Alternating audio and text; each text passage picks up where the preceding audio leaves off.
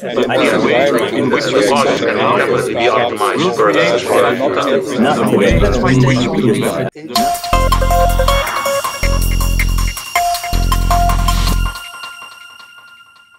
So here we are at the last day of H2MEET in Korea.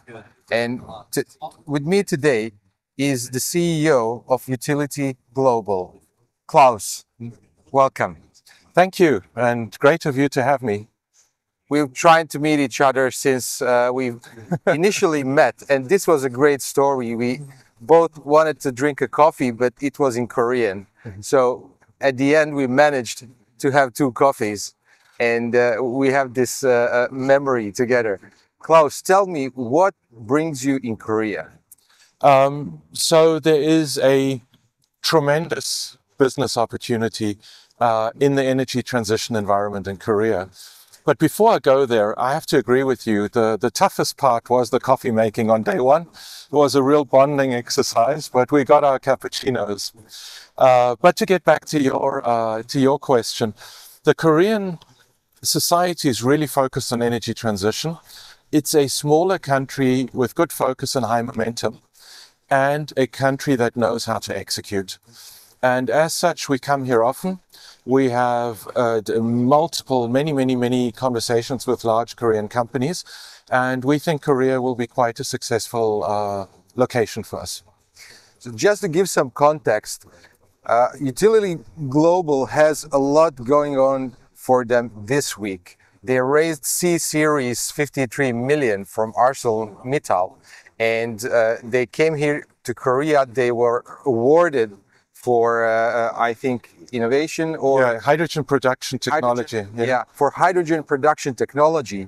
And they are here.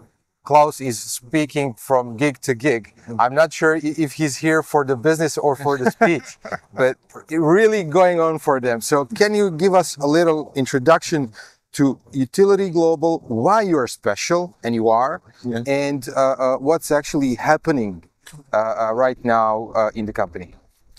Thank you for the question, and thank you for highlighting. We're very proud of the investment. It's actually OPG, which is Ontario Power Group, and ArcelorMittal, and the existing investors. So this money really allows us to propel forward again and reach the next milestones. Also, yes, the fact that I'm quite popular at this conference and asked to speak a lot, and that we won this fantastic prize, is the result of all the great work that the team at Utility Global does. So to me, this is not the end in itself, it's the result of this work. So thank you very much. Remind me of the second part of your question. Can you tell us why you're special? Like why your product is so special and searched for? Yes, because it addresses this need to decarbonize existing infrastructure and processes.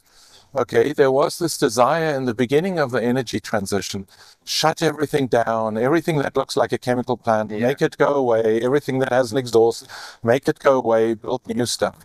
Now that is a fantasy world that just cannot exist. And our quality of life, everything we see around us, the medicines we take, the toothpaste, the clothing, everything you touch is made by large industry.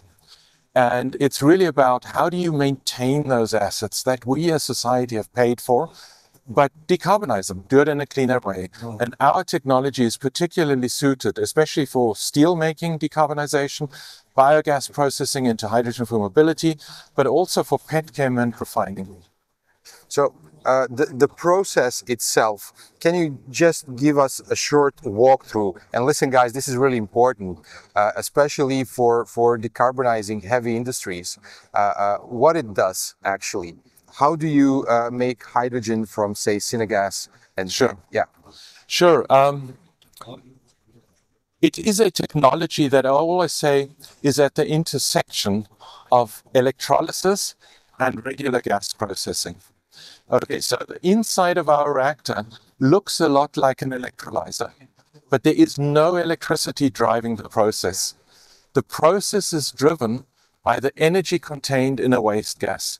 So you take a steel gas that might have 25% carbon monoxide, hydrogen still in it, you can stick that directly in our reactor, and the energy that's left in that stream converts water to hydrogen.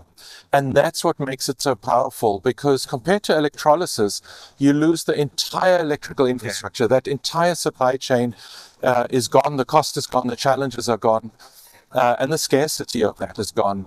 When you compare it to a gas process, you don't need to remove inert gases up front and upgrade the gas. You don't need that equipment. Also on the back end, you don't need equipment to purify the hydrogen because it happens separately from the gas processing reaction. And so compared to gas processing and electrolysis, we save a lot of capital equipment. It also has small footprint, very flexible, and it fits really well on brownfield sites. How scalable is it? Oh, very scalable. So people, when I said electrolysis, people very quickly think, yeah, that's great, but doesn't scale. Yeah. The reason electrolysis doesn't scale well is because you need to get electricity through a cell block. So you can only make it so big before you can't get the electricity through anymore efficiently. Yeah.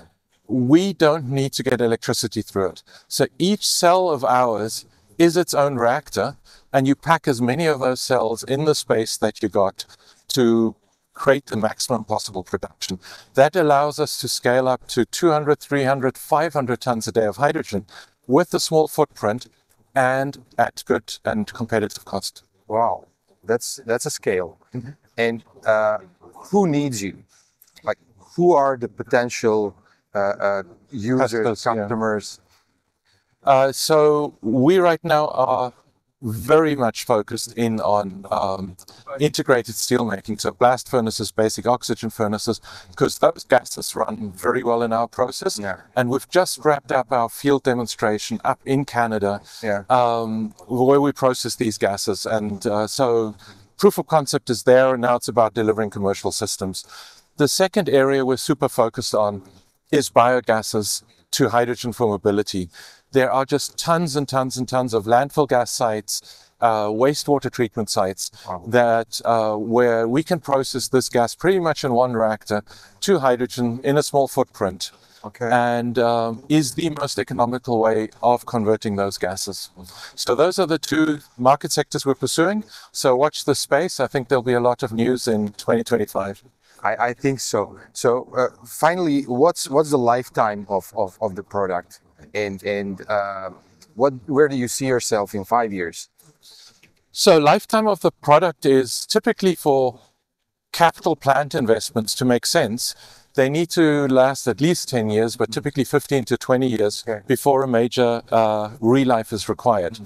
That's what we're designing towards. Our cells we expect to last somewhere between 7 to 10, maybe even 11 years. Don't quite know yet, but so there's sort of one turn of those cells over a 15 to 20 year life, and that makes it economical. Where will we be in 5 years' time? Well, I think in 2 to 3 years we'll be ringing the bell on Wall Street. All right. Okay, and after that everything's open. So I say that with a little bit of passion and with a twinkle in my eye, because we are super focused at building a competitive business here. That's what the team is working towards. And in about 3 years from now, we will be starting up our first commercial plant. And then it's about manufacturing and repetition, and we're a revenue business. So the company will either be sold to a bigger company or will go public or something of that sort. But the picture in my mind, we're ringing the bell on Wall Street. So no governmental incentives. We have here real solutions on the real market. Claus, thank you so much. Guys, stay tuned for the presentation of this technology. I think we will continue this conversation online. Thanks so much for being here. Absolutely, for this interview.